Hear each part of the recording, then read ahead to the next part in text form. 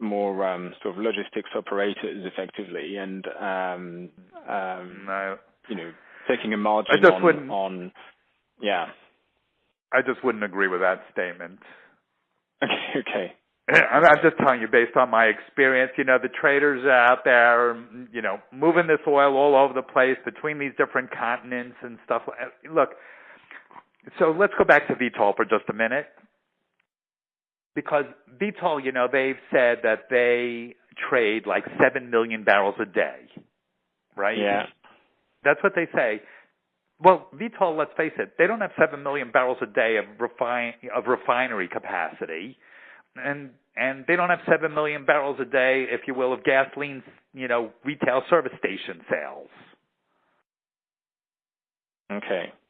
Right. So my point is they've got a lot of stuff going on of buying and selling physical oil that is not necessarily ending up at some Vitol facility. Right. And those 7 million barrels a day can't be for on behalf of client orders. Is that what you're saying as well? I mean, it's for their own book. Yeah. Okay.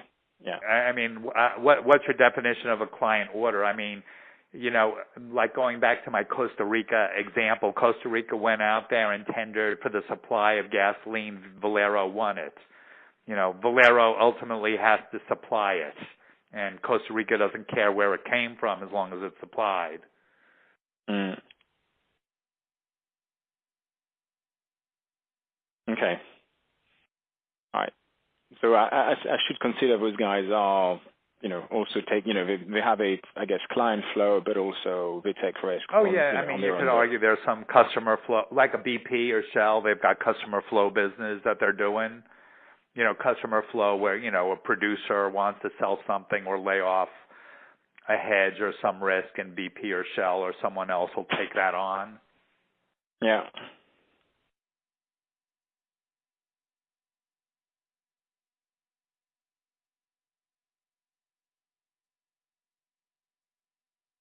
But, it's been my experience that traders at these trading companies just can't help themselves to take a position being long or short.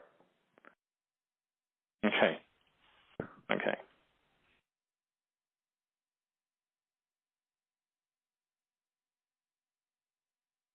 Sorry, I'm just writing down as we go along.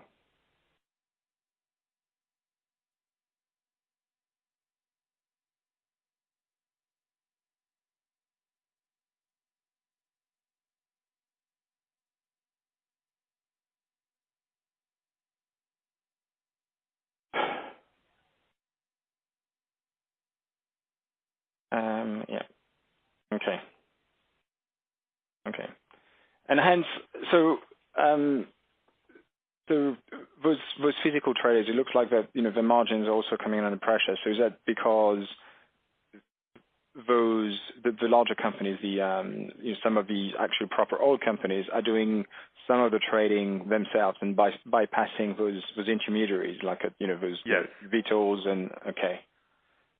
Yeah, and there the prime example is Exxon. Okay. So it looks like there's more people competing in the same market as with those new companies those companies entering the market, as you mentioned, Saudi Aramco, and then you have more of those companies. You have those companies taking market share away from the sort of established players. That's the idea. Right. Exactly. And do you see that trend, increasing? I.e., is there a reason for those guys to exist? Those intermediaries, Vitols, Glencore. Well, the reason that they exist is because they're willing to take the risk, to either make money or lose money, and so you can have all these major, companies like Aramco or others enter into this space, but if they were to start losing money, they end up closing shop.